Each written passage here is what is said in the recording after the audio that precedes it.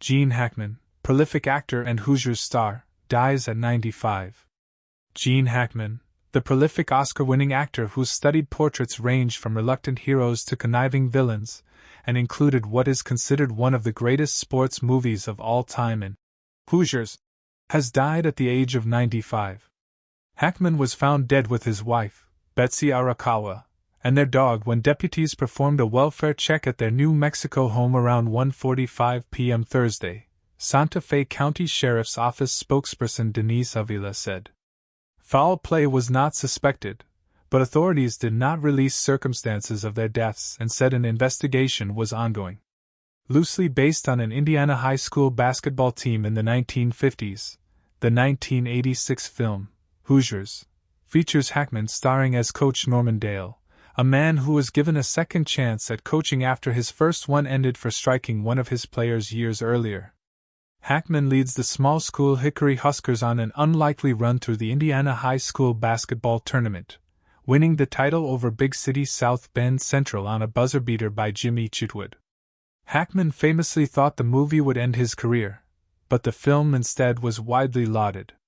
It was voted as the best sports movie of all time by the Associated Press in 2020, and is the number 4 sports film according to the American Film Institute. Hackman was a frequent and versatile presence on screen from the 1960s until his retirement.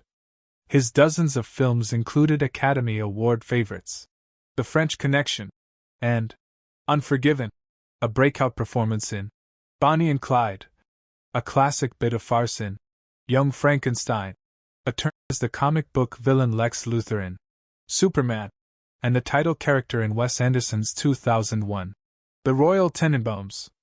He was a 5-time Oscar nominee, and his wins for The French Connection and Unforgiven came 21 years apart.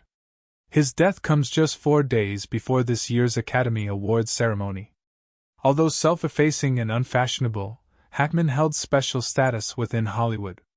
He embodied the ethos of doing his job, doing it well and letting others worry about his image. Beyond the obligatory appearances at award ceremonies, he was rarely seen on the social circuit and made no secret of his disdain for the business side of show business.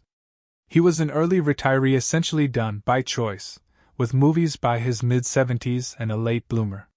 Hackman was 35 when cast for Bonnie and Clyde, and past 40 when he won his first Oscar. When not on film locations, Hackman enjoyed painting, stunt flying, stock car racing and deep-sea diving. In his later years, he wrote novels and lived on his ranch in Santa Fe, New Mexico, on a hilltop looking out on the Colorado Rockies, a view he preferred to his films that popped up on television. "I'll watch maybe 5 minutes of it," he once told Time magazine, "and I'll get this icky feeling, and I turn the channel."